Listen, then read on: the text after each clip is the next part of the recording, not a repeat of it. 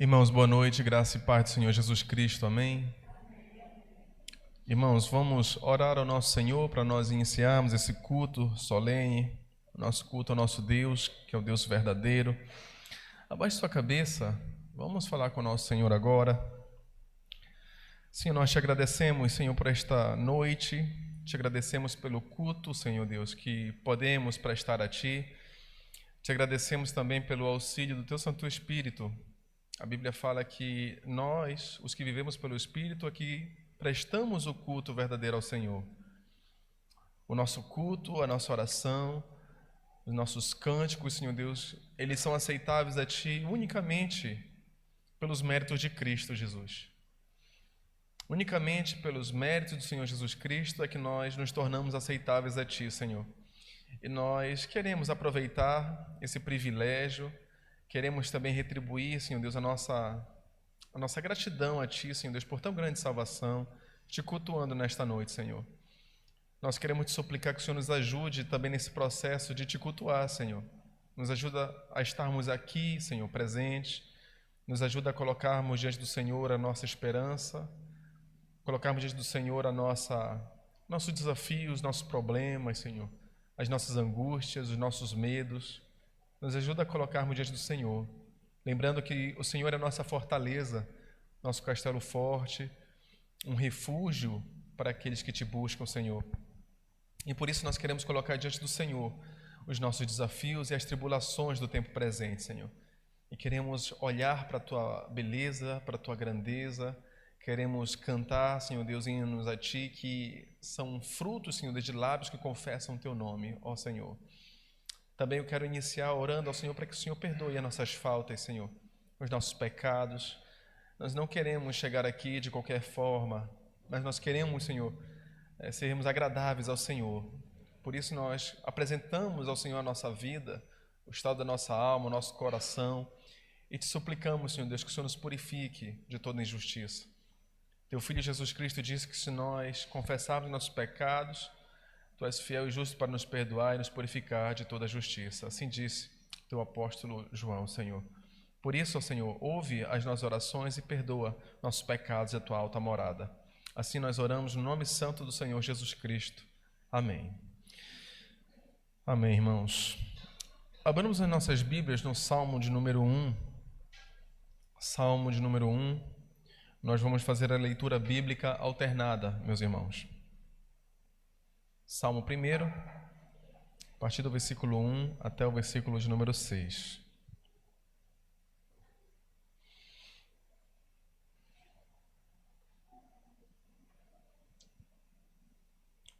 Diz assim a palavra de Deus, eu vou iniciar a leitura. Bem-aventurado o homem que não anda no conselho dos ímpios, não se detém no caminho dos pecadores, nem se assenta na roda dos escarnecedores.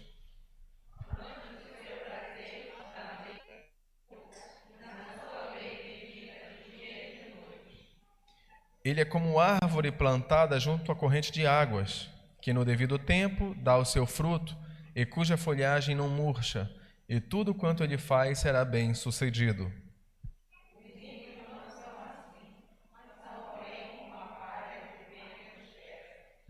Por isso, os perversos não prevalecerão no juízo, nem os pecadores na congregação dos justos.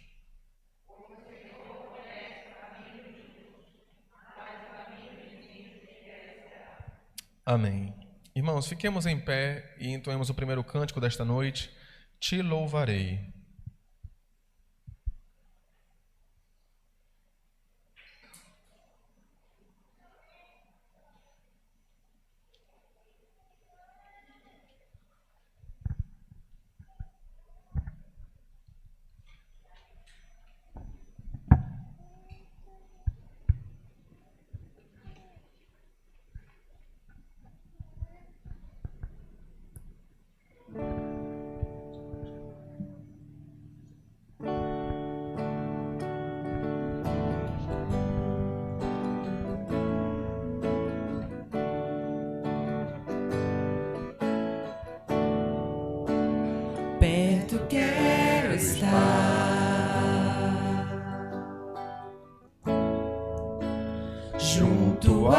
teus pés,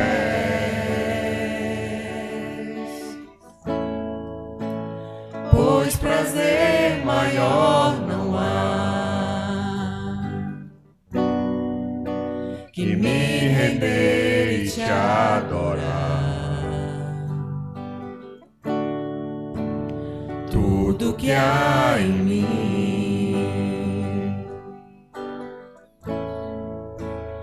quero te ofertar,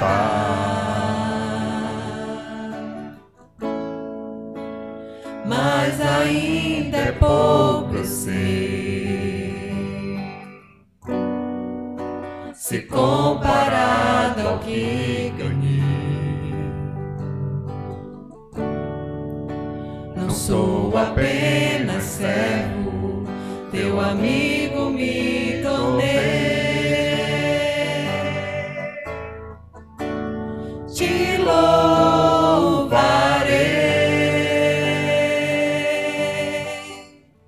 não importam as circunstâncias, adorarei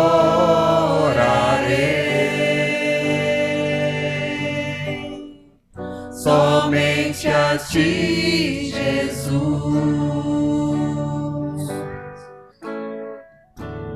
Te louvarei,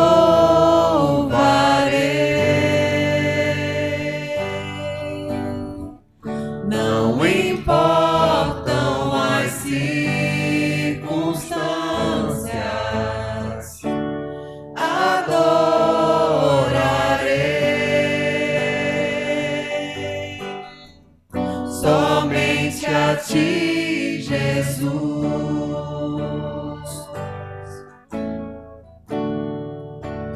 Perto quero estar,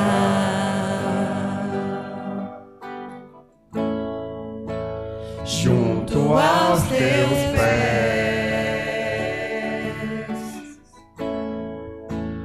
pois prazer maior não há que me render e te adorar. Tudo que há em mim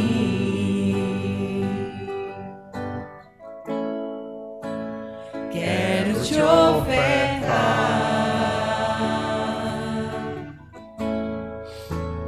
mas ainda é pouco, eu sei, se comparado ao que ganhei. Não sou apenas servo, teu amigo me tornei. Te louvarei, não importam as circunstâncias, adorarei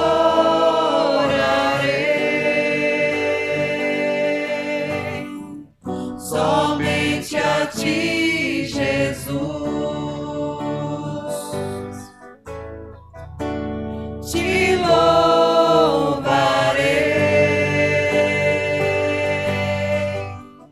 não importam as circunstâncias, adorarei somente a ti, Jesus.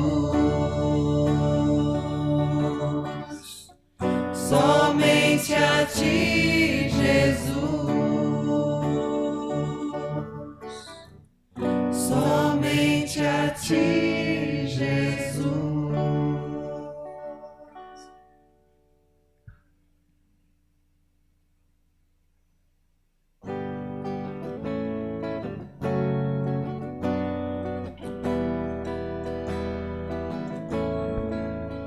É teu povo aqui presente, todos numa só voz declarando que só tu és grande.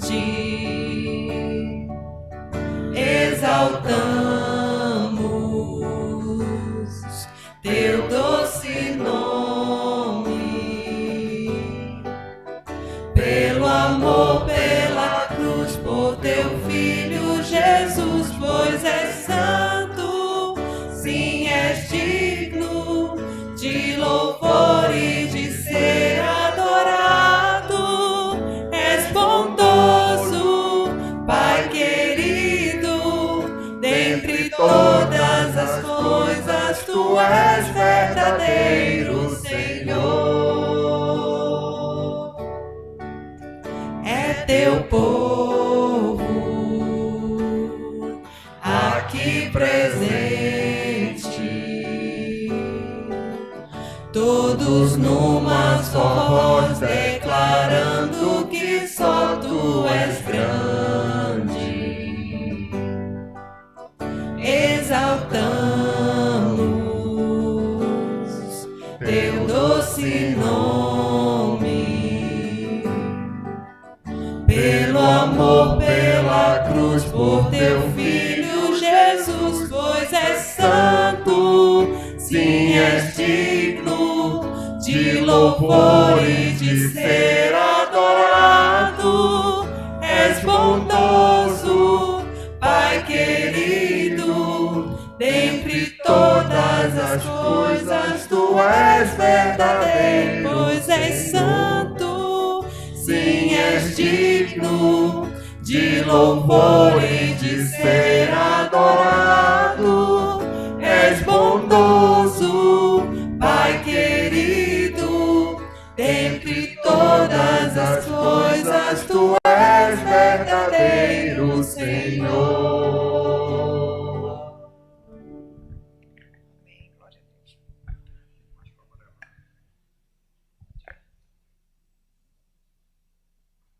Os irmãos podem se assentar. Irmãos, abramos as nossas Bíblias em Filipenses capítulo 2, versículo 1 ao versículo 10. Filipenses capítulo 2, do versículo de número 1 ao versículo de número 10. Mais uma vez, nós faremos leitura bíblica alternada.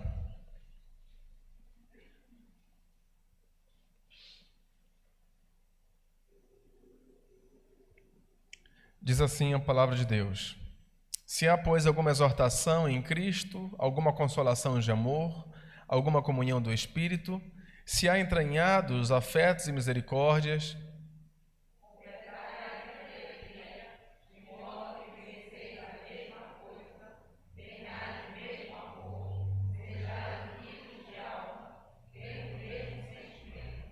nada façais por partidarismo ou vanglória, mas por humildade, considerando cada um os outros superiores a si mesmo.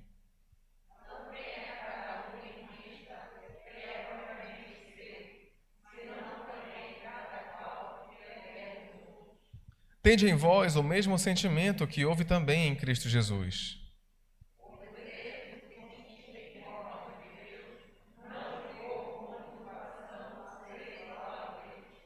Antes, a si mesmo se esvaziou, assumindo a forma de servo, tornando-se em semelhança de homens, e, reconhecido em figura humana,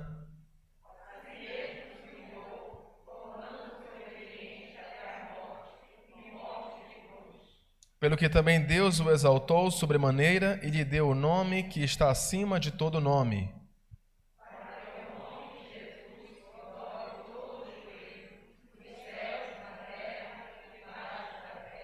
Juntos, o versículo 11. E toda língua confesse que Jesus Cristo é Senhor, para a glória de Deus Pai. Amém. Irmãos, o nosso momento de oração individual, nós dedicamos 2 minutos para nós falarmos particularmente com Deus, colocar diante dele as nossas vidas, os nossos desafios. E no final dessa oração, gostaria de pedir para a irmã Janice levantar a voz e orar ao Senhor. O irmão João, o senhor pode levantar a voz no final desses 2 minutos de oração, agradecendo ao Senhor.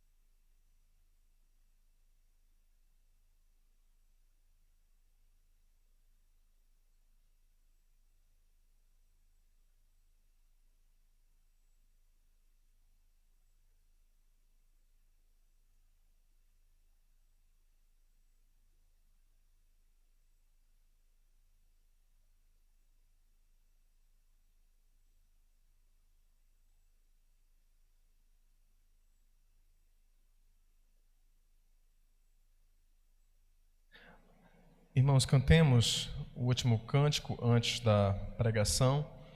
Sonda-me. Peço para os irmãos ficarem em pé, para nós cantarmos juntos ao Senhor.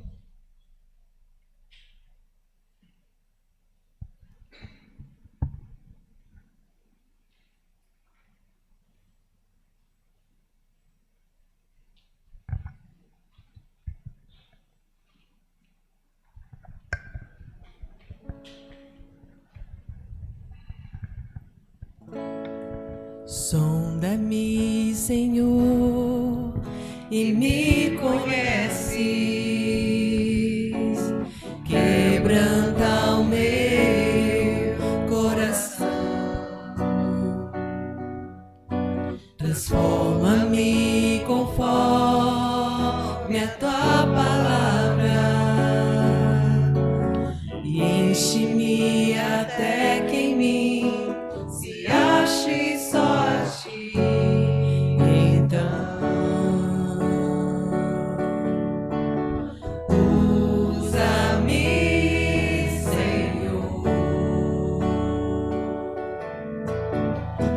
usa-me como um farol que brilha à noite, como ponte sobre as águas, como abrigo no deserto, como flecha que acerta o alvo. Eu quero ser usado da maneira que te agrade, em qualquer hora e em qualquer lugar. Eis aqui a minha vida, usa-me, Senhor, usa-me. Sonda-me, Senhor, e me conheces,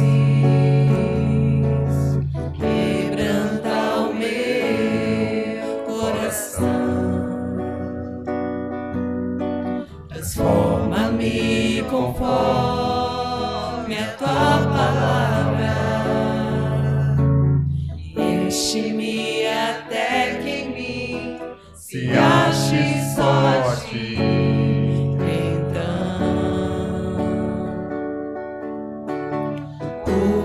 usa-me, Senhor,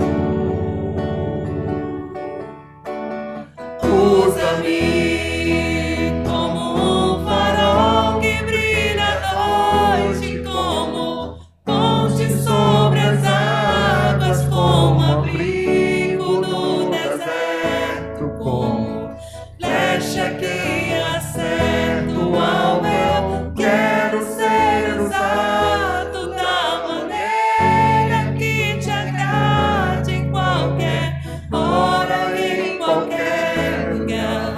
Eis aqui a minha vida, usa-me, Senhor, usa-me.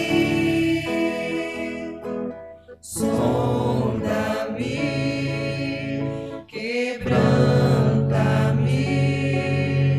transforma-me, enche-me e usa-me.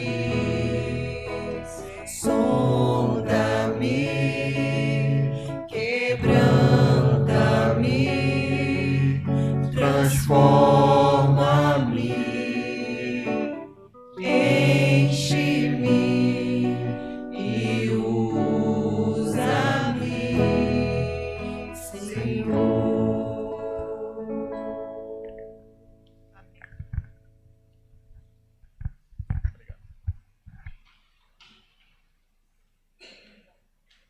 Os irmãos podem se assentar. Peço para os irmãos abrirem suas Bíblias em Mateus, capítulo 16, do versículo 13. Nós vamos ler até o versículo de número 20. Mateus, capítulo 16, do versículo de número 13 até o versículo de número 20.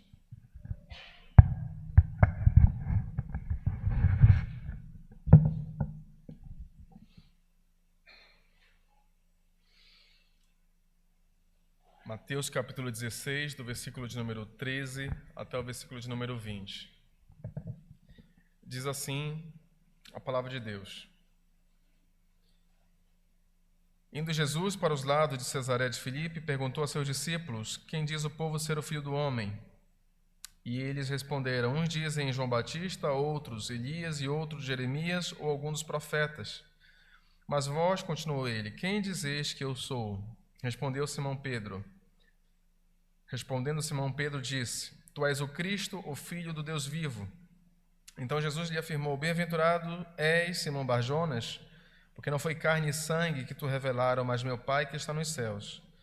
Também eu te digo que tu és Pedro, e sobre esta pedra edificarei a minha igreja, e as portas do inferno não prevalecerão contra ela. Dar-te-ei as chaves do reino dos céus, o que ligares na terra terá sido ligado nos céus, e o que desligares na terra terá sido desligado nos céus. Então advertiu os discípulos de que a ninguém dissessem ser ele o Cristo. Vamos orar, irmãos. Deus bendito, mais uma vez obrigado pela noite, obrigado, Senhor Deus, pelo culto. Nós cantamos ao Senhor como uma expressão do nosso desejo do coração, Senhor Deus, de querer te engrandecer e ao mesmo tempo uma oração te suplicando para que o Senhor nos abençoe e faça de nós segundo o teu querer, Senhor.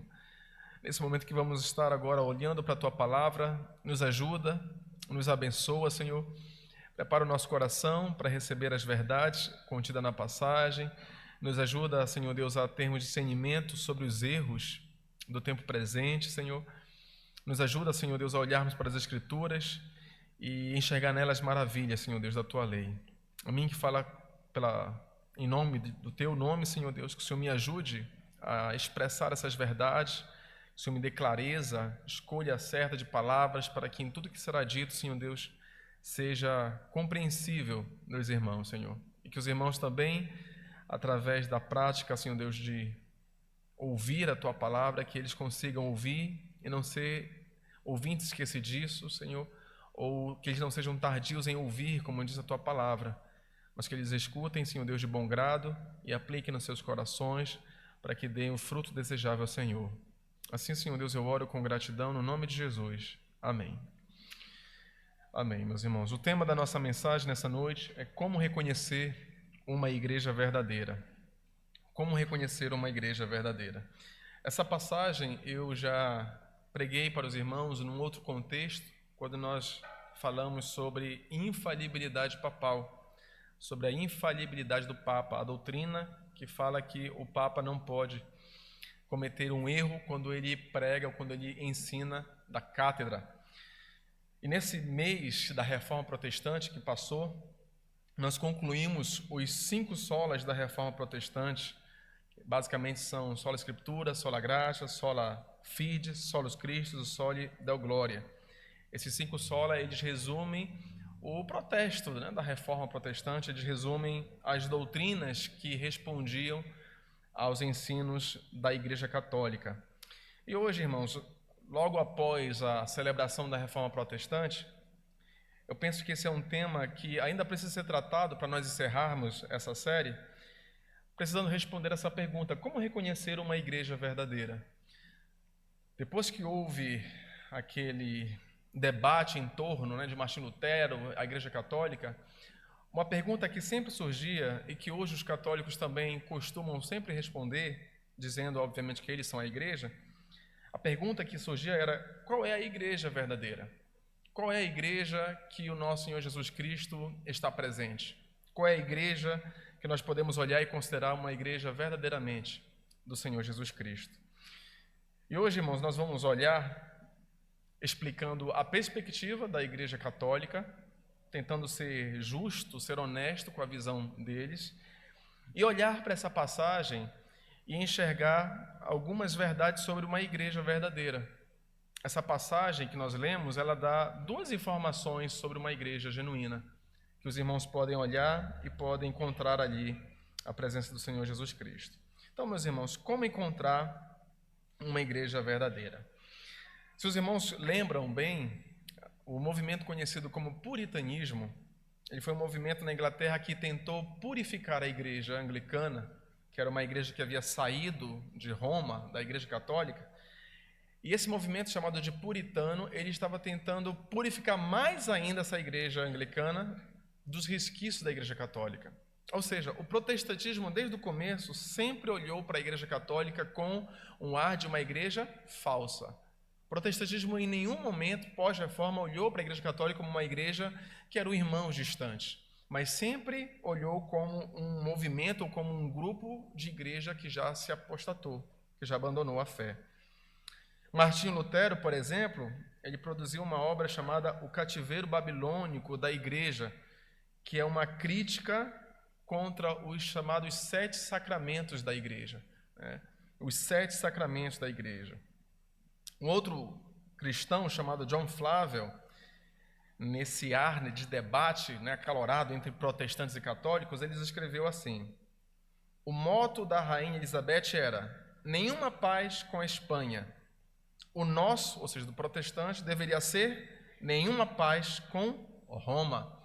Então, era bem clara a posição dos protestantes em relação à Igreja de Roma. Um pouco antes, esse John Flavel, ele escreveu: abomine o papado e seja eminente em seu zelo contra ele. Roma é aquele Amaleque com quem Deus nunca fará as pazes, nem nós deveríamos fazer. Em outro lugar, ele também disse: é necessário que o papado seja abominado pelos protestantes, pois ele é uma falsa religião, sanguinária, blasfema, desagradável e maldita. Então a posição era muito clara dessas pessoas em relação à Igreja Católica.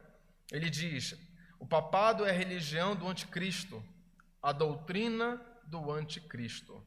Mais uma vez, né? De maneira inequívoca, essa era a posição dos protestantes, dos puritanos em relação à própria Igreja Católica. Por que, meus irmãos, hoje, talvez você pode perguntar, por que essa consciência se perdeu em relação à Igreja Católica? Eu não sei qual é a sua opinião, né, a sua visão sobre a Igreja, mas por que isso se perdeu? Isso é resultado, irmãos, de uma tentativa de ecumenismo que não começou agora, mas desde o século XIX. É uma tentativa de os protestantes voltarem a estarem supostamente em comunhão com a Igreja Católica. Isso ficou muito claro quando um bispo anglicano, irmãos, chamado Newman, o cardeal Newman, ele se tornou católico, né? Então a tentativa de voltar para o catolicismo por parte de alguns grupos sempre foi uma tentativa desde o século XIX. E olhando para a Igreja Católica, irmãos, um pastor na Itália, em Roma, chamado Leonardo de Chirico, o nome dele, ele é um estudioso da Igreja Católica, era o contexto dele ali, tentando plantar uma igreja praticamente dentro do contexto ali de Roma. Ele explica a Igreja Católica da seguinte forma, para nós entendermos o que é a Igreja Católica. A Igreja é considerada o prolongamento da encarnação de Cristo. O ministério tríplice de Jesus, como rei, sacerdote e profeta, é transposto à Igreja Romana. E por isso, ela tem o domínio hierárquico, a sua interpretação magisterial da palavra e sua administração dos sacramentos. Em outras palavras, irmãos, a Igreja Católica é a continuação de Jesus Cristo na Terra. Por isso que ela é chamada de corpo místico. Por isso que ela é chamada de o corpo de Jesus Cristo na Terra. E eles, quando falam isso, eles falam no sentido de estender mesmo a encarnação do Senhor Jesus. Por isso que a Igreja hoje, assim como Cristo escolheu apóstolos, a Igreja Católica também se dá no direito de escolher os sucessores dos apóstolos de Jesus Cristo. Jesus escolheu 12 apóstolos, ela escolhe também sucessores. Jesus morreu na cruz, eles praticam a missa, que é o sacrifício incruento de Jesus naquele ato da missa. Ou seja, Jesus morreu na cruz, a igreja como o corpo de Cristo, como encarnação dele, continua a fazer esse mesmo sacrifício de uma maneira diferente. Jesus era infalível na sua pregação e no ensino, também a igreja, através do Papa, possui uma infalibilidade papal. Jesus não podia errar por causa do Espírito Santo, Pedro, quando ensinava, não podia errar por causa do Espírito Santo, então a igreja agora, como uma continuação da encarnação, também não pode errar através do Papa. Pio XII, numa encíclica, ele disse as seguintes palavras: a igreja subsiste como uma segunda personificação de Cristo. Veja só, como uma segunda personificação de Cristo. Então, o católico, ele olha para a igreja católica e ele enxerga a igreja católica de uma maneira talvez diferente como o protestante enxerga a igreja. Para eles, aquela igreja visível é o corpo de Cristo, ela não pode falhar. Enquanto que para nós, a igreja visível, nós vimos hoje de manhã, ela está sujeita a falhas, a erros. A única igreja que é perfeita aos olhos de Deus e que não falha é a igreja invisível, a igreja que ele sabe quem são os salvos, e essas pessoas não vão abandonar o caminho de Deus, nem se apostatar de forma alguma. Portanto, meus irmãos, em resumo, a Igreja Católica, ela olha para si e diz: nós somos a personificação de Jesus na terra. Se você não está conosco, você não está em Cristo. Tanto que antes do Vaticano II, o Concílio do Vaticano II, Concílio de Trento, afirmou claramente que fora da igreja não há salvação. Não há salvação. Todo mundo está perdido se não está no Senhor Jesus Cristo. Eu quero trazer, irmãos, algumas breves palavras do reformador Martinho Lutero, antes de nós olharmos para o texto, para que vocês entendam que uma vez que eles compreenderam o que era a igreja, essa era a postura deles em relação à Igreja Católica. Lutero denunciou o Papa como anticristo. Ele referiu-se à hierarquia romana como, abre aspas, a igreja prostituta do diabo. Eram palavras extremamente contundentes. Ele chamou o Papa e o sacerdócio como o reino do demônio e o governo do anticristo. De maneira irônica, ele chamou o Papa Paulo III como vossa diabolicíssima. Então era um homem que não media as palavras quando ele criticava a Igreja Católica. Perguntado para ele se o Papa e seus associados eram membros da Igreja de Cristo verdadeira, a resposta dele foi sim, tanto quanto o cuspe, o ranho, o pus, as fezes, a urina, o fedor, a cicatriz, a varíola, as úlceras e a sífilis são membros do corpo. Então, Martinho Lutero ele era extremamente crítico em relação à igreja, uma vez que ele entendeu o sistema corrompido da igreja. Veja que o problema, irmãos, o que foi levantado na reforma não foi um problema apenas com as indulgências. As indulgências foram reconhecidas como erro pela própria Igreja Católica. Mas a reforma que Martinho Lutero estava encabeçando era uma reforma teológica. O problema da igreja era muito mais profundo, era fundamental. Era uma resposta que precisava ser dada a nível teológico. E nós vimos essa resposta nos 5 solas da reforma protestante. Essa passagem que nós lemos, irmãos, e vamos expor nessa noite, ela mostra 2 marcas de uma igreja verdadeira do Senhor Jesus Cristo. Os protestantes consideravam 3, mas aqui nós vamos falar de 2 marcas com base nessa passagem. A primeira delas é a pregação da verdade. A pregação da verdade. A segunda é a chamada disciplina eclesiástica. Toda igreja genuína, toda igreja verdadeira, ela se preocupa em falar da Bíblia, da verdade, explicar a verdade e transmitir às pessoas. Quando ele assumiu esse papel de ensinar a Bíblia, explicar a verdade para as pessoas, as igrejas elas tiveram um respeito muito maior pelo momento da pregação da palavra, irmãos. A pregação da palavra foi colocada num nível que antes ela não estava. A explicação das Escrituras, a tentativa de traduzir a Bíblia para as pessoas lerem a Bíblia. Então, tudo isso foi uma iniciativa para que o povo tivesse acesso à verdade da palavra de Deus. E a disciplina eclesiástica, irmãos, nada mais é do que essa igreja que está submissa à palavra, ela aplica as leis do Senhor dela na própria igreja. Ela vai se cuidando através das leis que o Senhor Jesus colocou nessa palavra. Então, nessa passagem que nós vamos ler, irmãos, nosso Senhor Jesus ele deixa isso de maneira clara para os apóstolos.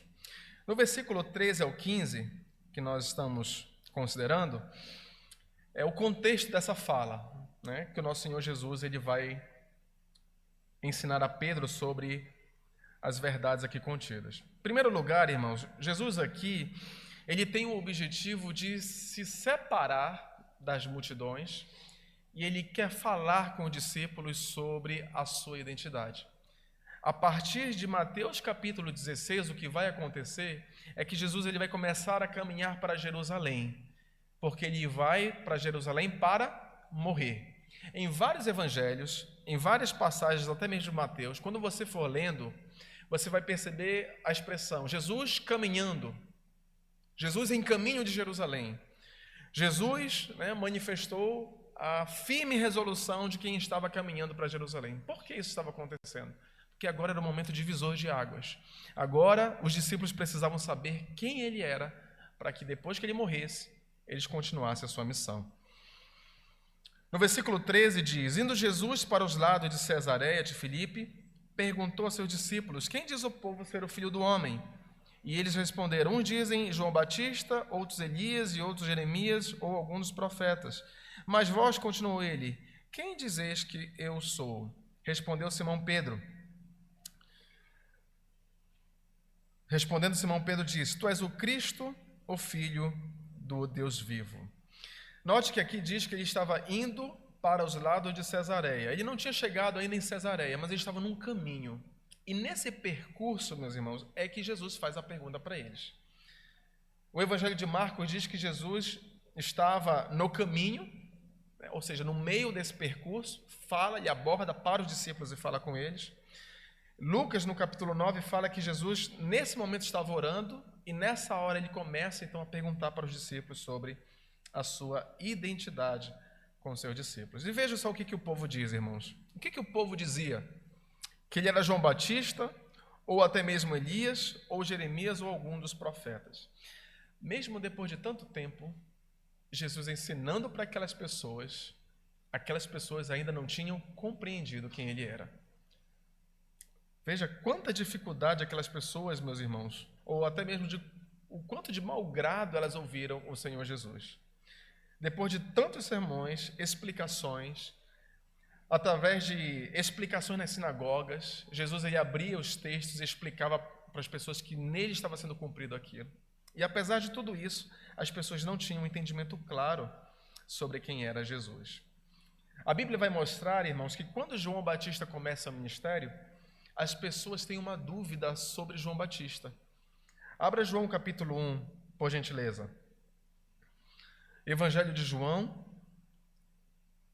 capítulo de número 1. Veja o versículo de número 19.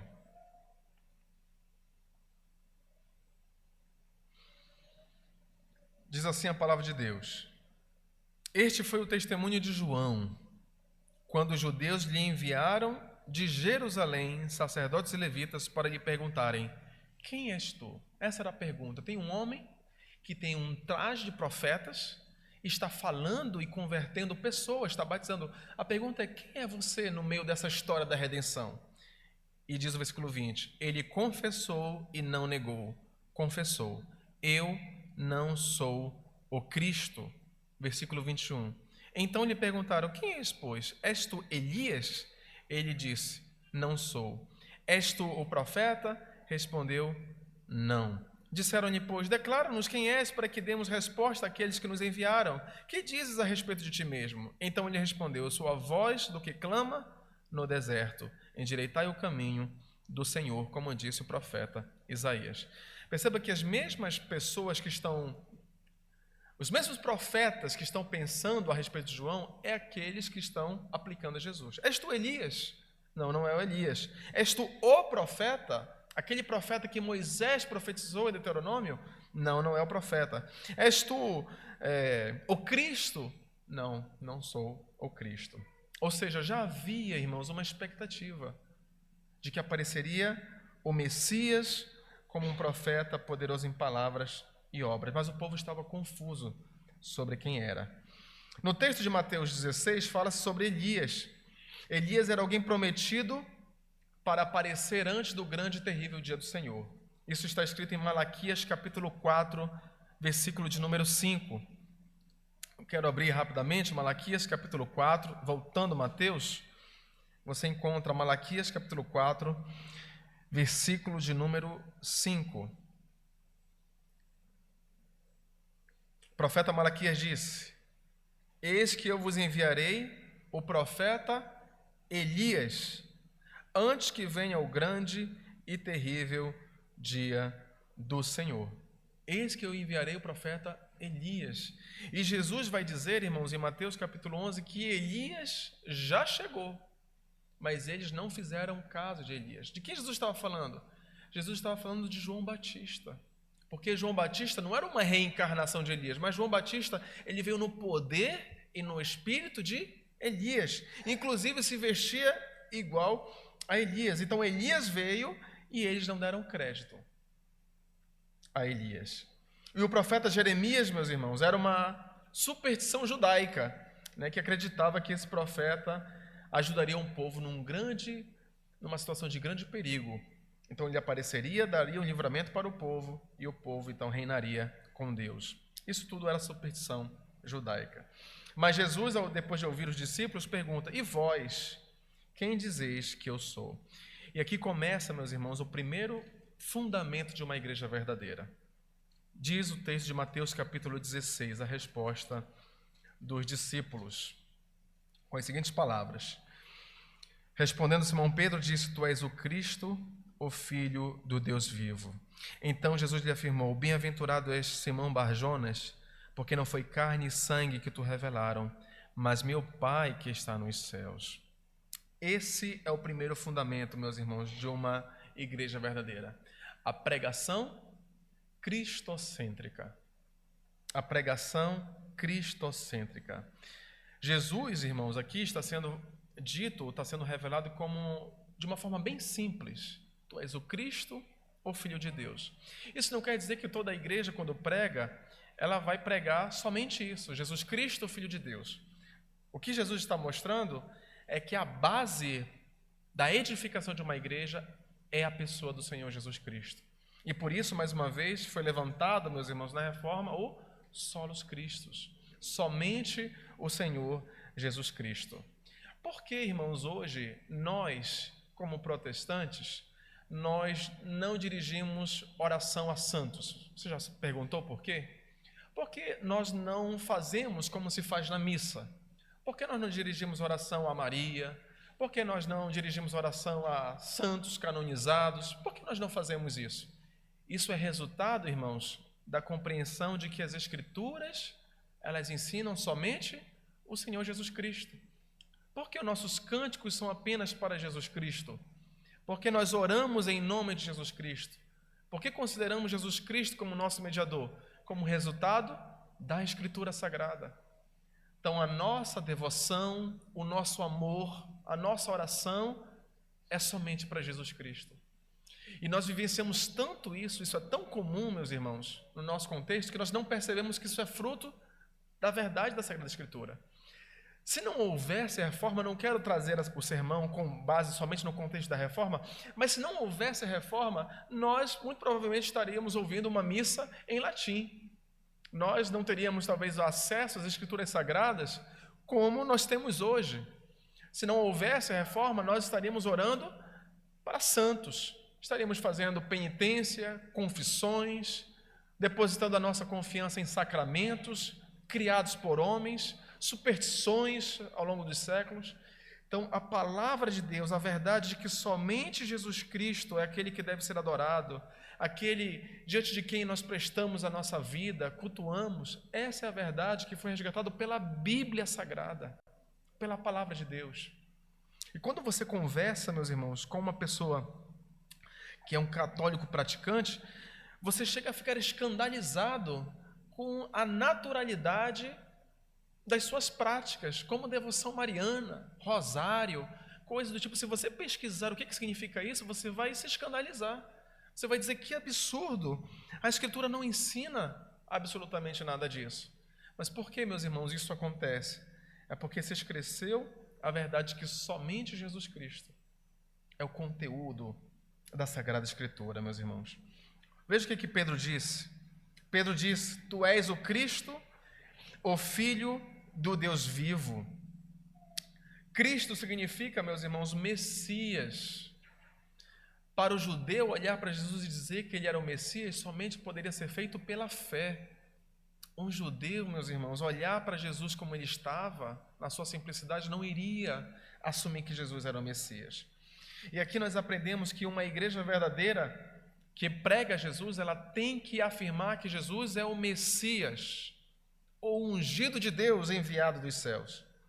É por esse motivo que o judaísmo hoje ele é um judaísmo apóstata, meus irmãos. O judaísmo dos nossos dias, hoje que você olha e enxerga, seja quais são as vertentes do judaísmo, o judaísmo que nega Cristo como Messias é sinagoga de Satanás. Essas são as palavras que Jesus coloca no livro de Apocalipse. Paulo, os apóstolos, Jesus Cristo, dirigem palavras duras contra os judeus porque eles não creem em Jesus como o Messias. Se você for, em alguma ocasião, para Israel e você tentar evangelizar um judeu, você perceberá a reação dele diante da sugestão que você vai dar de que Jesus é o Messias. Cuspirão no chão, ou talvez agredirão você com palavras. Essa é a realidade espiritual dos judeus e do judaísmo, seja qual for a sua vertente. Por isso, irmãos, o judaísmo, ele não é uma religião que nós podemos dizer bíblica, que tem uma igreja verdadeira. Em segundo lugar, Jesus disse, ou Pedro disse, que ele era o Filho do Deus vivo. E essa afirmação tem a ver com a divindade do nosso Senhor. Peço para você abrir, irmãos, em Mateus capítulo 22, versículo 41, para elucidar isso que Jesus ouviu do apóstolo Pedro. Mateus capítulo 22, versículo 41 ao versículo 46. Diz o texto: reunindo-os os fariseus, interrogou-os Jesus: que pensais vós do Cristo? De quem é filho? Responderam-lhe eles: de Davi. Replicou-lhe Jesus: como, pois, Davi, pelo Espírito, chama-lhe Senhor, dizendo: disse o Senhor ao meu Senhor: assenta-te à minha direita, até que eu ponha os teus inimigos debaixo dos teus pés. Se Davi, pois, lhe chama Senhor, como é ele seu filho? E ninguém lhe podia responder palavra, nem ousou alguém, a partir daquele dia, fazer-lhe pergunta. O que Jesus está ensinando nessa passagem, irmãos? Jesus está ensinando uma verdade sobre a divindade dele. Como Davi chama o seu filho de Senhor? Se ele é filho de Davi, ele não deveria chamá-lo de Senhor. Mas por que Davi o chama de Senhor? A resposta, irmãos, que Jesus está deixando implícita aqui é que o Cristo é Senhor de Davi. E sendo Senhor, é divino. E sendo Senhor, ele é filho não de Davi, mas ele é filho de Deus. A posição, por exemplo, do versículo 44, que ele vai se assentar à direita de Deus, é uma posição de honra. É uma posição que o autor de Hebreus, no capítulo 1, vai dizer que Deus não deu a anjos, Deus não deu a nenhuma criatura debaixo do céu, mas somente ao Filho. Todos esses argumentos do Novo Testamento é para defender a divindade do Senhor Jesus Cristo. E mais uma vez eu repito, irmãos, se hoje nós consideramos ou concordamos que Jesus é divino, mas essa é uma verdade hoje que é aceita, mas não foi sempre aceita na história da igreja. Sempre houve grupos que tentaram lutar contra a verdade da divindade do Senhor Jesus Cristo. E ainda hoje nós encontramos certas seitas que negam a divindade do Senhor Jesus Cristo. Qual é a marca, portanto, de uma igreja verdadeira, queridos? É Cristo Jesus, o Filho de Deus, aquele que é divino, que desceu dos céus para salvar um povo para Deus. É isso, meus irmãos, que na Reforma Protestante, por exemplo, era considerada a marca de uma igreja verdadeira. Imagine você que sempre foi católico, você descobre essas verdades, você sai da igreja e a pergunta agora surge: qual é a igreja verdadeira? Eu sempre tinha aprendido que era católica, e agora qual é a igreja verdadeira? E o ensino era a igreja que preza, que prega o evangelho do Senhor Jesus Cristo. Martinho Lutero disse: o evangelho constituía a igreja e não o contrário. É o evangelho que é a marca da igreja, não a igreja que cria o evangelho. Ele disse: a pregação pública da palavra de Deus é um sinal infalível da verdadeira igreja. Infalível da verdadeira igreja. Se você entra numa igreja onde não há nenhuma placa e você participa do culto, e o culto dessa igreja, a prioridade dela, a pregação dela vai dizer se é uma igreja verdadeira ou se é uma igreja falsa. A pregação pública era um sinal infalível da verdadeira igreja. Assim era ensinado para todos aqueles que seguiam na reforma protestante. Por que esse motivo, meus irmãos? O que nós aprendemos dessa verdade da pregação da palavra como a base principal para uma igreja? Nós aprendemos que uma igreja verdadeira não é uma igreja antiga, como defende a Igreja Católica. Por que nós somos a igreja verdadeira? Porque nós temos 2.000 anos, assim eles dizem. Mas a antiguidade não é a marca de uma igreja verdadeira.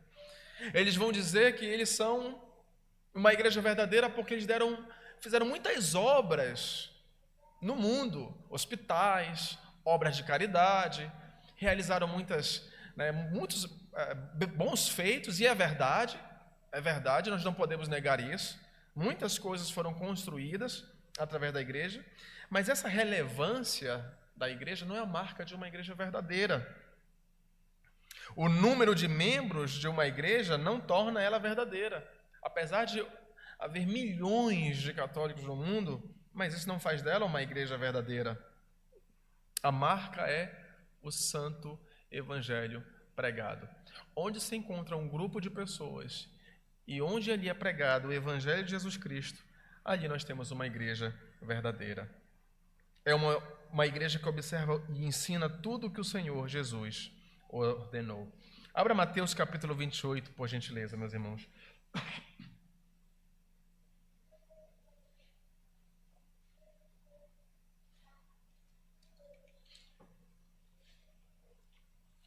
Mateus capítulo 28,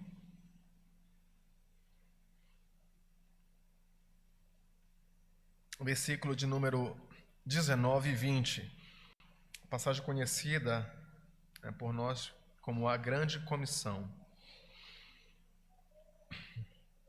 Diz assim a palavra de Deus: Ide, portanto, fazei discípulos de todas as nações, batizando-os em nome do Pai, do Filho e do Espírito Santo. Versículo 20. Ensinando-os a guardar todas as coisas que vos tenho ordenado. E eis que estou convosco todos os dias até a consumação dos séculos. Até a consumação do século. Ou seja, deixarei vocês, já ensinei a mensagem. Aqueles que crerem na mensagem de vocês batizam em nome do Pai, do Filho e do Espírito, e em seguida, o que vocês fazem com essas pessoas? Vocês têm que ensiná-las todos os dias as coisas que eu ordenei a vocês. Então, a igreja verdadeira se aparece, meus irmãos, dessa forma. A prioridade é a Escritura Sagrada, a prioridade é a pregação que exalta o Senhor Jesus Cristo, a prioridade é ensinar aquilo que Jesus ensinou através dos apóstolos também. O que Paulo escreveu foi o que Jesus ensinou através de Paulo pelo seu Espírito. O que Pedro escreveu foi o que Jesus ensinou através do apóstolo Pedro. Então, as Escrituras Sagradas, meus irmãos, quando são ensinadas, estão ensinando todo o conselho de Deus, que Ele deixou revelado na sua palavra. Volte para Mateus capítulo 16 e vamos continuar a nossa exposição. Diz o versículo 17 em diante. Mateus capítulo 16, versículo 17 em diante. Então Jesus lhe afirmou: Bem-aventurado és, Simão Barjonas, porque não foi carne e sangue que te revelaram, mas meu Pai que está nos céus. Também eu te digo que tu és Pedro, e sobre esta pedra edificarei a minha igreja, e as portas do inferno não prevalecerão contra ela. Dar-te-ei as chaves do reino dos céus. O que ligares na terra terá sido ligado nos céus, e o que desligares na terra terá sido desligado nos céus. O que Jesus está mostrando aqui, irmãos? Primeiro foi o privilégio que o apóstolo Pedro teve ao receber a verdade. Bem-aventurado quer dizer privilegiado. Bem-aventurado és tu, Simão Bar-Jonas, porque não foi a carne e o sangue que te revelaram essa verdade. Em segundo lugar, irmãos, Jesus ele estabelece a base sobre a qual a igreja ela é fundamentada, ou seja, sobre a verdade que o apóstolo Pedro disse. Disse Jesus no versículo 18: Tu és Pedro, e sobre esta pedra edificarei a minha igreja. Em outro sermão eu expliquei aos irmãos que esse é o texto preferido dos católicos para defender a sucessão apostólica, né? A defesa da infabilidade papal. Mas nesse texto, irmãos, se você olhar para a passagem, Jesus não disse sobre ti edificarei a minha igreja. Jesus disse sobre esta pedra edificarei a minha igreja. Se Jesus quisesse se referir a Pedro, ele falaria como ele falou no versículo 19. Olha o versículo 19 que está escrito: Dar-te-ei as chaves do reino dos céus. No versículo 18 ele diz sobre esta pedra. Ele não fala sobre ti. Sobre esta pedra eu edificarei a minha igreja. E uma igreja verdadeira, portanto, só é encontrada, irmãos, nessa verdade, como eu disse. A pregação de Cristo como a pedra fundamental da igreja. Qual é a argumentação, irmãos? Qual é a objeção católica sobre essa passagem? De acordo com o que eu estou apresentando para vocês. De acordo com a Igreja Católica, a marca de uma igreja verdadeira é a sucessão apostólica. A sucessão apostólica. Todos aqueles que estão em comunhão com Pedro, com o sucessor de Pedro, que hoje é o Papa Leão, esses fazem parte da Igreja Católica. Os bispos, os padres que estão em comunhão com ele, esses constituem a Igreja Católica. Se há uma congregação ali e há um padre que tem comunhão com o Papa Leão, ali nós temos então uma igreja verdadeira, por causa da sucessão apostólica. Eles estão ligados a este homem lá no Vaticano. E o que a Bíblia apresenta a respeito disso, meus irmãos? A verdadeira sucessão é a doutrinária e não apostólica. Ou seja, se uma igreja prega Jesus Cristo, essa é a igreja verdadeira. Se a igreja prega o que Pedro, Paulo, João, o que eles pregaram, essa é a igreja verdadeira. Se nós olhamos para a Bíblia, irmãos, nós vamos ver que sucessão por sucessão, os falsos profetas também fizeram. Vou dar um exemplo para vocês. Anás e Caifás sucederam Arão no sacerdócio. Vocês já pararam para pensar nisso? Anás e Caifás estavam ocupando legitimamente o lugar de Arão no sacerdócio. Eles eram descendentes de Levi, eles eram homens que comprovaram a sua linhagem e estavam ocupando essa posição. E o que aconteceu com eles? Eles crucificaram a Jesus, o Messias. Igrejas heréticas, se nós pensarmos sucessão por sucessão, as igrejas heréticas também seriam consideradas igrejas verdadeiras. Hoje nós vimos de manhã o exemplo de Himeneu e Fileto, por exemplo. Eles foram ordenados provavelmente pelo apóstolo Paulo ou através de Timóteo. Se fosse a sucessão por sucessão em si mostrasse uma igreja verdadeira, então se Himeneu e Fileto abrissem uma igreja, aquela era uma igreja verdadeira. Mas eles eram homens desviados da verdade, como nós vimos hoje de manhã. Ensinavam que a ressurreição já havia acontecido. Portanto, a sucessão, irmãos, não é a marca de uma igreja. Não sei se você já teve essa experiência de ouvir de um católico que estuda, né, a respeito do catolicismo. Mas o que ele vai afirmar a você é que a igreja dele é verdadeira porque existe a sucessão apostólica. A sucessão apostólica. E para nós continuarmos, eu cito aqui um homem chamado Ambrósio, que ele disse: não possui a herança de Pedro quem não possui a fé de Pedro. O cristão antigo que disse isso. Não possui a herança de Pedro quem não possui a fé de Pedro. As verdades contidas e ensinadas pelo apóstolo Pedro. Abra Efésios capítulo de número 2, por gentileza, versículo 20 ao 22.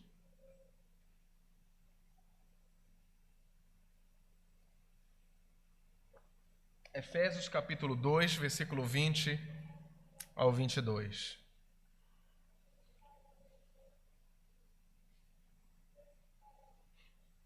A palavra do Senhor diz assim: edificados sobre o fundamento dos apóstolos e profetas, sendo Ele mesmo, Cristo Jesus, a pedra angular, no qual todo o edifício bem ajustado cresce para santuário dedicado ao Senhor, no qual também vós juntamente estáis sendo edificados para a habitação de Deus no Espírito. Qual é o fundamento dos apóstolos, irmãos? Qual é o fundamento dos profetas? Jesus Cristo, a pedra angular. Há um relato no Evangelho de um homem que não fazia parte do grupo dos discípulos do Senhor Jesus Cristo. E esse homem, ele ensinava e até mesmo fazia obras em nome de Jesus.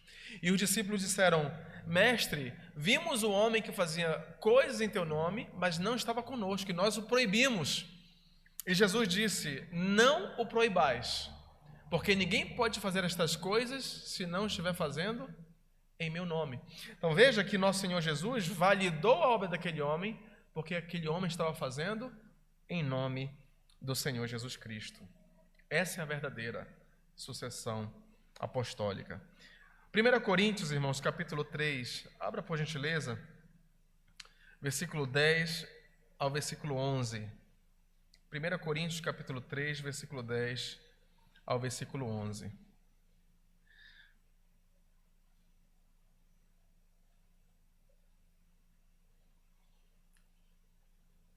Diz assim a palavra de Deus, 1 Coríntios, capítulo 3, versículo 10 ao versículo 11.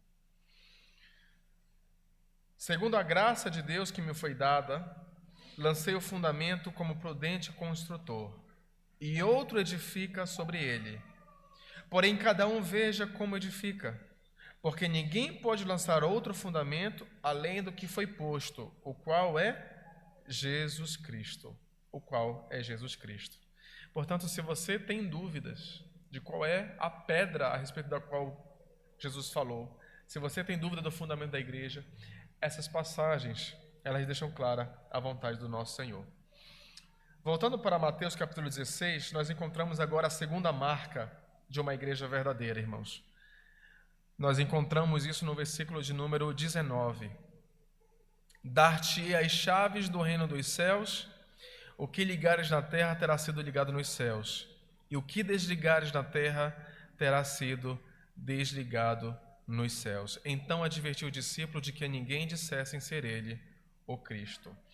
A segunda marca, meus irmãos, é quando a igreja exerce o governo de acordo com a palavra de Deus.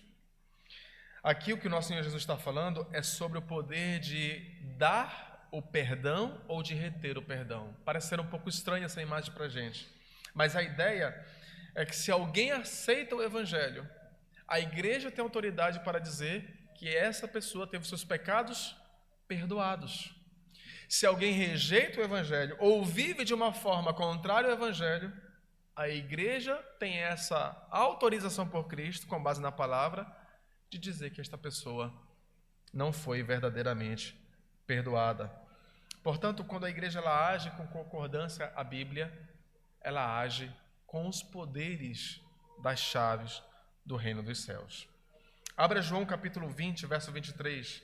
Essa é a passagem onde Jesus deixa claro sobre a autoridade que os discípulos teriam para dar ou reter o perdão dos pecados com base na palavra de Deus. João capítulo 20, versículo de número 23. Desde o versículo 22, irmãos. João capítulo 20, versículo 22 e 23. Diz assim a palavra de Deus: E havendo dito isto, soprou sobre eles e disse-lhes: Recebei o Espírito Santo. Se de alguns perdoardes os pecados, são-lhes perdoados. Se lhes retiverdes, são retidos. Ou seja, Vocês, meus representantes, meus apóstolos, com base na palavra, se vocês olharem que alguém aceita sua mensagem, vocês então entregam perdão. Vocês estão assumindo que essa pessoa foi perdoada. Mas caso alguém negue, essa pessoa não terá o perdão de pecados. Mateus capítulo 18, versículo de número 18. Nós temos outra passagem que fala das mesmas verdades aí de Mateus capítulo 16. Mateus capítulo 18, versículo de número 18. Diz assim a palavra de Deus: em verdade vos digo que tudo que ligardes na terra terá sido ligado nos céus, e tudo que desligardes na terra terá sido desligado nos céus. Em verdade também vos digo que se dois dentre vós sobre a terra concordarem a respeito de qualquer coisa que porventura pedirem, ser-lhes-á concedida por meu Pai que está nos céus. Porque onde estiverem 2 ou 3 reunidos em meu nome, ali estou no meio deles. E os irmãos conhecem a passagem. O contexto é da disciplina, né, na igreja do Senhor Jesus Cristo. Note que a mesma verdade de ligar na terra e desligar no céu não foi dada aqui a Pedro, mas foi dada a quem, irmãos? A igreja. Então você vai ver, por exemplo, o símbolo de Pedro na igreja católica é a chave. Mas essa chave que foi dada aqui a Pedro em Mateus 16, ela também é dada à igreja em Mateus capítulo 18. Mateus capítulo 18, Jesus fala para a igreja e não para Pedro. Ou seja, irmãos, para nós resumirmos, quando a igreja ela governa a si mesma com base na palavra, ela é uma igreja genuína. Ela é uma igreja genuína. Uma igreja que não tem esse tipo de governo, irmãos, disciplina eclesiástica, é uma igreja que está andando a passos largos para a apostasia. A pecaminosidade crescerá no meio dela, a corrupção dos membros, a vida ilícita entre aqueles que professam o nome de Jesus, tudo isso vai acontecer como consequência da falta de disciplina eclesiástica.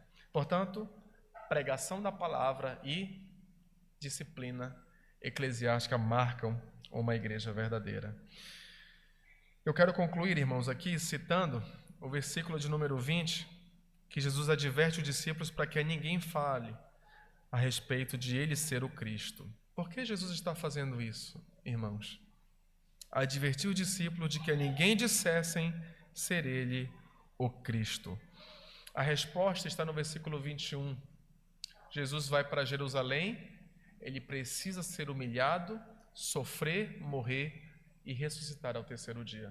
Se essa verdade ela começa a ser propagada antes do tempo, era possível de que essa realidade de ele sofrer e ressuscitar não acontecesse. Por isso Jesus diz: não ensine a ninguém a respeito de que eu sou o Cristo até eu morrer e ressuscitar ao terceiro dia. Louvado seja o nosso Senhor, meus irmãos, pela sua palavra. Quero concluir com 2 aplicações para nossas vidas, para nós encerrarmos nessa noite. A primeira delas, irmãos, é que passou o mês da Reforma Protestante, mas nós precisamos sempre lembrar dos pilares da Reforma Protestante e de quem é a Igreja Católica. Eu quero ler aqui as palavras de um bispo chamado J.C. Riley, né, como ele é chamado, e ele escreveu um livro chamado Santidade, que eu acredito que os irmãos conhecem.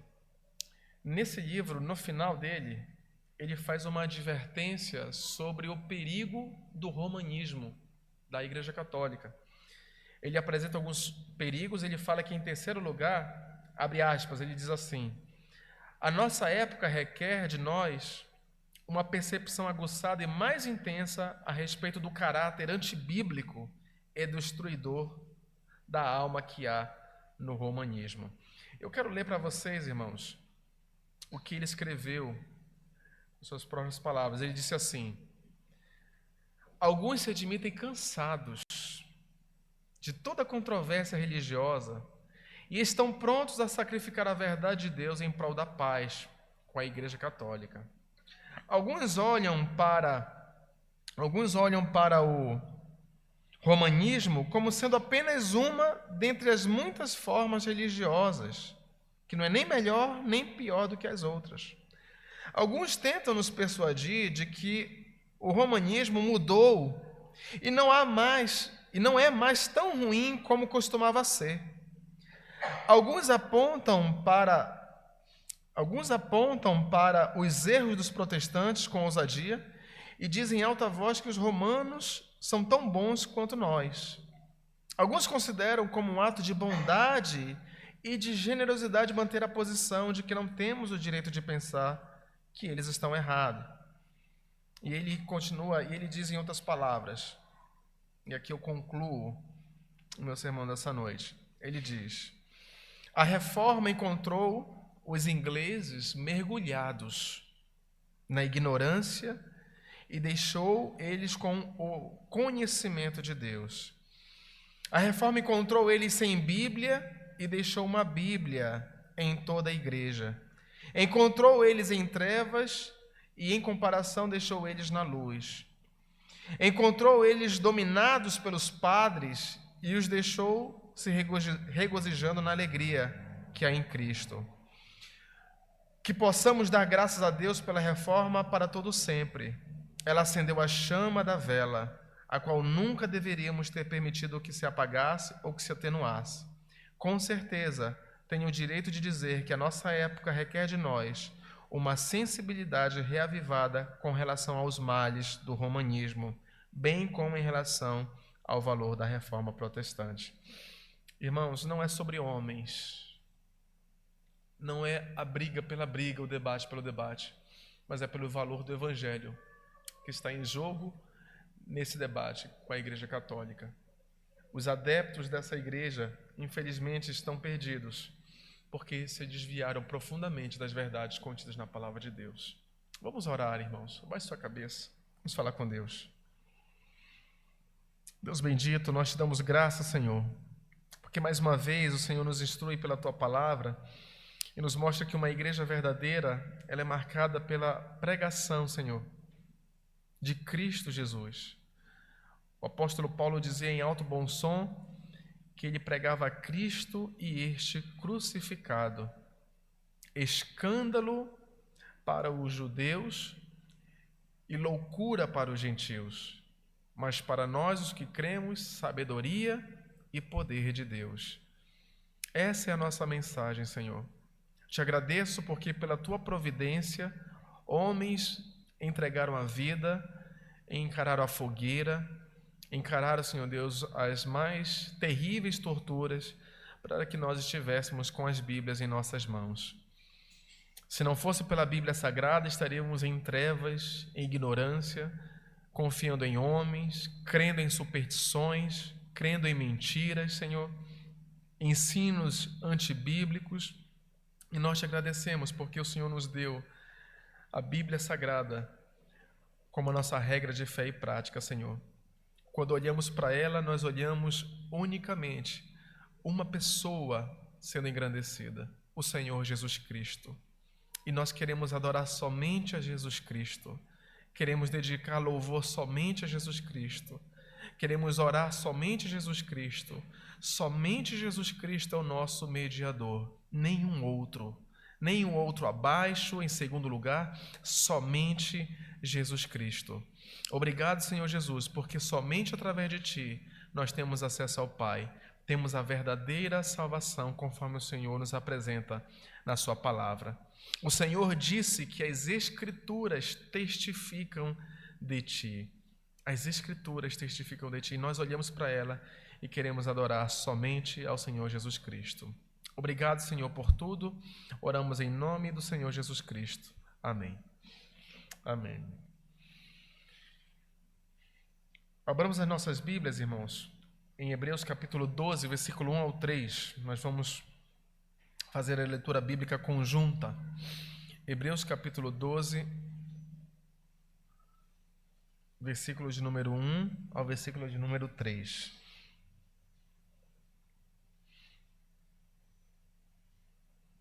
Hebreus capítulo 12, versículo 1 ao 3. Vamos fazer a leitura juntos, irmãos. Portanto, também nós, visto que temos a rodear-nos tão grande nuvem de testemunhas, desembaraçando-nos de todo o peso e do pecado que tenazmente nos assedia.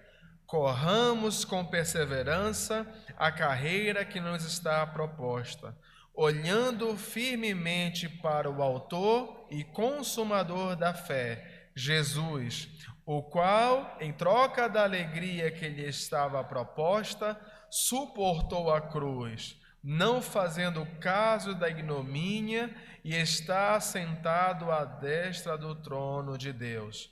Considerai, pois, atentamente aquele que suportou tamanha oposição dos pecadores contra si mesmo, para que não vos fatigueis desmaiando em vossa alma. Amém, meus irmãos.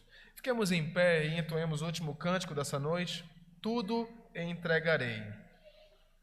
E neste momento estará aberta a dedicação de bens e vidas à casa do Senhor.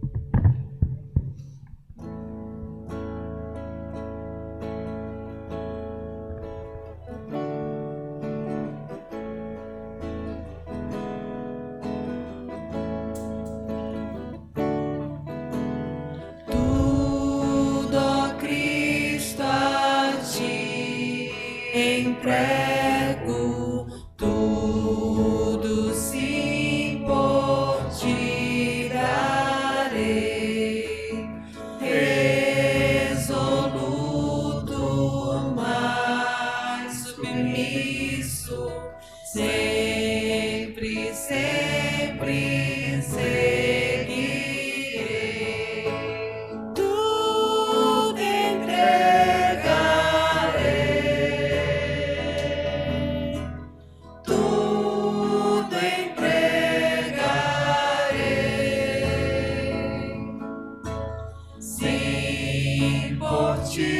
Jesus bendito, tudo deixarei.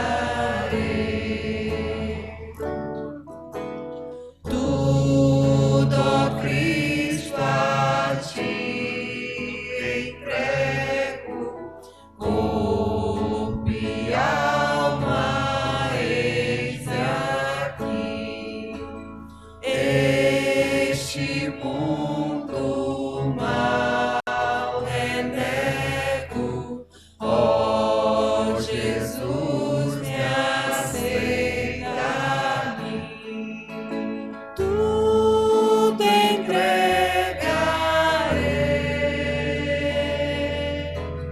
tudo entregarei.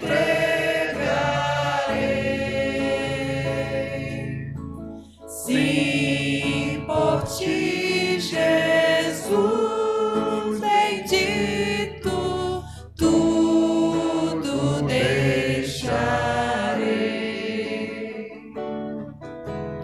Tudo, ó Cristo, a ti entrego, quero ser somente teu.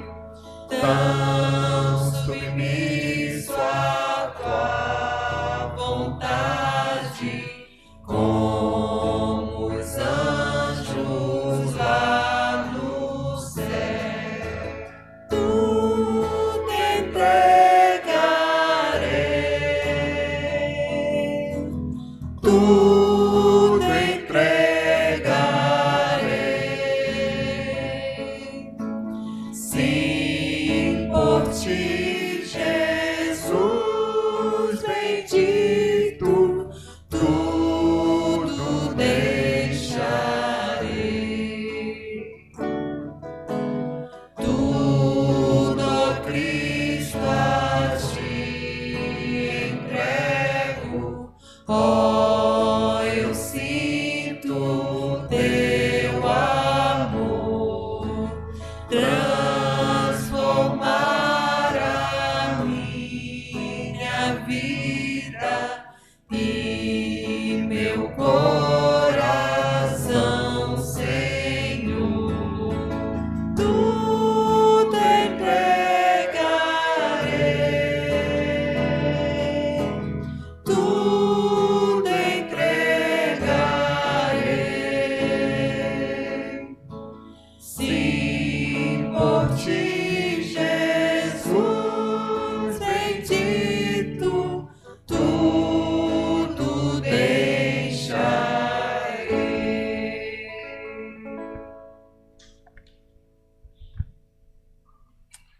estamos ainda em pé, vamos orar para nós encerrarmos o nosso culto desta noite. Senhor Deus, bendizemos ao Teu nome por este momento, Senhor. Te adoramos por causa deste culto que o Senhor nos dá, meu Pai, o privilégio de oferecer a Ti. Te agradecemos também pela Tua palavra, te agradecemos pelo resgate das trevas, Senhor. Te agradecemos também, Senhor Deus, pela Tua bondade e nos mostrar a verdade contida na santa palavra de Deus, ó Senhor. Abençoa o Teu povo, livra-o de todo mal, livra-o dos enganos do romanismo e que o Teu nome seja engrandecido em todo o nosso proceder, Senhor Deus. Que o amor de Deus Pai, a maravilhosa graça do nosso Senhor Jesus Cristo e as doces consolações do glorioso Espírito Santo de Deus esteja com o seu povo. Em nome de Jesus. Amém. Amém, queridos irmãos. Sem avisos, com uma oração silenciosa, os irmãos estão liberados. Deus abençoe a todos, meus irmãos. Graça e paz.